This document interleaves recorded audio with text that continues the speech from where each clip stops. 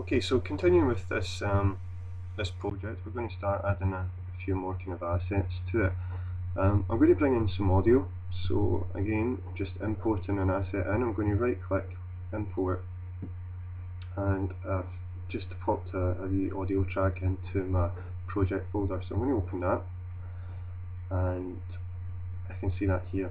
Now at this point, it's always good to work with some kind of project management in terms of organising your files so you know kind of exactly where things are. I like to kind of try and be a bit kind of neat and tidy with it if I can, because this will eventually become heavily populated with various different assets you intend to use in your sequence. So what I like to do is, if you right click and create this new bin or folder, you can separate your files up, and all you need to do is just drag and drop these files in. So I'm just getting all the videos at the moment. I'll do the same with my audio, and perhaps if I have one for images, for example, I'll do that. I can switch the order of these about and just move that. It doesn't seem to be wanting to move. Leave it as it is just now. So if I grab this audio file, I'm going to just drag that and drop it down onto the audio 1 layer. Now again, for the purposes of this video sequence, this is fairly long. So what I could do is I could chop or cut this at this point. Another thing I could do is I can grab, if I hover over the end, you'll notice this kind of icon appearing. What I can do is I can just grab this and trim the video, or trim the audio rather, to fit here. And you'll also notice it's quite annoying, particularly when I'm doing video tutorials, that the audio is appearing when I scrub over the top of it. So what I'm going to do is just mute this at the moment, so that means it's not going to do that for me when I'm scrubbing back and forth at the minute. And when I play back the video, you'll be able to hear the audio. So there is my audio track. Now we're going to look at adjusting this by pulling this back out again in a wee while, and I'll explain why. What I'm going to create is, at the start of this video sequence, we have our kind of fade in. We're going to look at putting some title credits at the beginning. This can be used both at the beginning and at the end of your video sequence, or perhaps in between. So I'm going to create a new item. If I go to new item and just select color matte, so again I'm just right clicking in at this area here, new item, color matte. Okay, and it's asking me which size do you want to make it, and effectively what this is going to do is it's just going to replicate the dimensions and resolution of our video sequence. So that's totally cool. If I hit OK, and then it's going to say which colour do you want to use. So I'm just going to go for black, and hit OK, and we'll just call that kind of intro B for black. OK. Now this is where perhaps I might write this into my matte folder, or mattes, perhaps if I use more than one. And what I'm going to do is just drag this down onto the video timeline. Now if I just scrub through, in fact what I'll do is I'll just zoom in slightly so you can see. Scrub through, this is just now replacing, because this is lying on top, and the way that these software programs work, if you're familiar with any of the Adobe programs, you know in terms of layers, your top layer is your kind of forefront layer, and the bottom layer, or the furthest away layer rather from you, is at the bottom of the stack. So the video has been replaced with this black matte, and it should probably just cut in at this point here. Now I'm just using this as a placeholder. At the moment it's lasting for roughly 4 seconds. This is where we can use this kind of trim effect just to get it to last however long we wish. And what I'm going to do is I'm going to grab both of my video sequences just by holding in shift here, and holding in shift as I click on them, and that's going to allow me to move them right along until this point. Now we could, if I wish, move that down onto that layer, or I can leave it as it is, and what it's going to have is just going to prolong that black effect, and then from there my fade in will just start. So I don't need to worry about any kind of transition here, because it's going from black anyway to playing the video sequence. Okay, so what I'm going to do is I'm just going to render this out just now, and then we're going to look at creating some title text that could be used as perhaps a credit. So I'll go to my sequence. In fact, what I'll do is just to show you again, if I grab this and pull it to there, I go to sequence, entire work area. You see how quickly there it's just rendered, because all it was doing was rendering this sequence here that I had manipulated from the start and my end point. I'll bring that back to the end, and what I'm going to do is, now that the whole overall length of my video has increased, I'm going to just pull the rest of that audio out and just bring in the rest of the song at this point. Okay, so let's play this just now at the moment to see what we've got, minus the audio.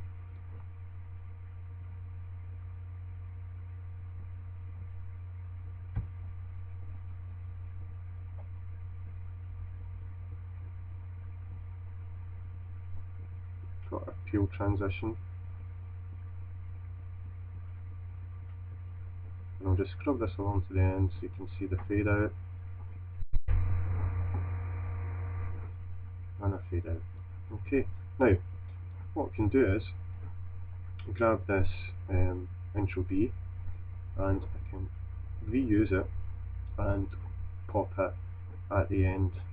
So what's going to happen is we're going to have a fade out, and it's going to be a bit of black just at the end there. Okay, so I'm just going to extend my timeline, and I'm going to do the same thing with the audio. Okay, so perhaps it might have been better just being that B and that black. Okay, so I don't get confused. So we now have the kind of fade in with the extended black, and also a fade out with the extended black, and we also have our audio now. Let's scrub this across, going through the full sequence. So the next thing we're going to have a wee look at is creating a title, which is just going to be some text. Now, for the purposes of this video, I'm just going to pop these down onto this layer and keep it all together. We can use this kind of stair effect if we wish, and use all of our video layers, but just for the purposes of this, it's not going to affect anything by these guys being on the same layer. So I'll leave them as they are just now. So we're going to create a title. We can do it again. We could right click, go to a new item and create title, or we can go up to here and go new and create a title from some of these kind of presets. They can be changed within. So what we'll do is we'll just go to default still and click on that, and again it's going to ask me what size dimensions do you want to make it, and I want to match my video sequence here, so I'll keep the settings as they are, and I'll perhaps name it. Now just before I do that, what I'm going to do is close that just now and go back to my preview window here. Now I actually lost where it is. I'm trying to find the title safe area, so maybe I'll come back to that in a wee second here, but we'll certainly bring up our title safe areas when we're working with creating the text. So we'll call this welcome, and OK that. Okay, so here we have this is our video sequence, or the sequence settings matched, and we also have our title safe area here, which is going to ensure that any text that we put within these bounding boxes is going to be visible on the screen. It's not going to be cut off. For example, perhaps you may be putting some subtitles in to your video and you don't want it to be chopped off. So having this available to us, I can't remember for the life of me at the moment how to turn this on within our viewers. I know within After Effects there's a wee button just down at the bottom to easily turn that on, so we'll come back to that, but anyway, we've got it importantly, or sorry, rather it's important here when we're generating the title itself. So pretty straightforward using this. We've got you know, your horizontal, vertical text type tool. We can type to paths, we can create shapes, we can draw within this. That's all we're going to be looking at doing is creating a piece of welcome text. Down at the bottom here there's a lot of style presets that we can use. I'm just going to use something that we'll be able to see quite clearly. So I'll use this style here, and with my text tool in place I'm just going to click on the screen and I'm just going to say welcome. Okay, and for some reason the text seems to have jumped down there. Let's see what's happening here. Yep. Just undo that, Control Z, and we'll try it again.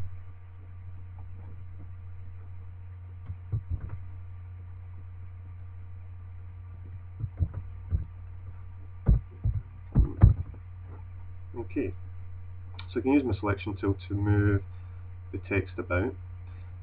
Down the side here I have a variety of different settings. If I want to choose change the font family, I can click through a list here, or select it and just go through the arrow keys. I can change the font style, I can change the size, these are just rolling keys. We can increase the leading. Of course, I'm not going to notice that difference because there's only just one word here. I can just adjust the kerning, which is going to space out the letters for me. A variety of different kind of things that will allow you to create the kind of custom text that you are looking for. So it's worth having a wee look through these, changing strokes, shadow colours, etc. So you can play about with them at your own will and make whatever it is that you're looking for. One thing that's quite handy when you're working within this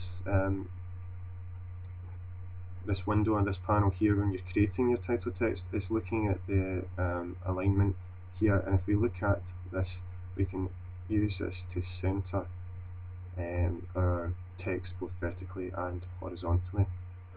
Now if I'm happy with this as it is, all I need to do is just close this window down, and you'll notice it has saved here. Okay, so this is again where I could create another folder, and I'll keep this as my text. I'm just going to grab that and drag it into that folder. Okay, so there's my welcome text, and I can drop this on, pop it on, and here it's here. Okay, so let's just zoom in a wee second. Now this is where I could look at trying to animate this, and I mentioned when I was going to create a new style that I had these default styles, default roll and crawl, and basically what these are animated settings to allow you to animate the text coming in or crawling through the video from left to right, or rolling from top to bottom. But just for the purposes of repeating the animation techniques, we're going to do this ourselves. So what I'm going to do is I've got this selected at the moment, and we're going to look at motion. Now if we turn on our toggle animation, this is going to allow us to produce our auto keys. So I'm going to produce an auto key at the very beginning, and what I'm going to do is I'm going to look at moving the position of the text. So let's say we want it to roll in from the left hand side of the screen. Okay, at this point we want it to come back in again.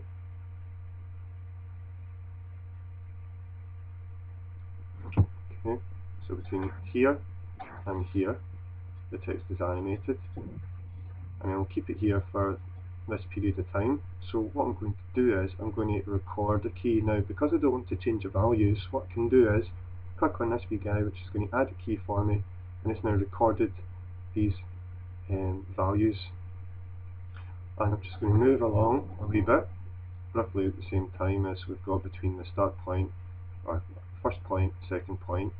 Second and third are both the same, so we're going back the way, so between 3 and 4 here we're going to then change position. And this time what we'll do is we'll make the text go at the bottom, just for the hell of it, and we've created a key automatically. So this is how our video sequence is working so far. That disappears, then we have our fade, and it continues on. Now this technique or effect that we have applied to the text could be an image that you have brought in. Okay, it could also be a video sequence itself, anything that has these toggle animations next to it can be animated, and using these auto keys will allow you to do that. Okay, so what I'm going to do is just to speed things up a wee bit, I'm just going to render this out. So I'm going to bring that back down again, go to sequence, render entire work area. I should go through fairly quick performing, it's only 150 frames. And we have the sequence spring. Okay, now the reason it stopped is because of my start and my end point, so let me bring that back and we'll play it again.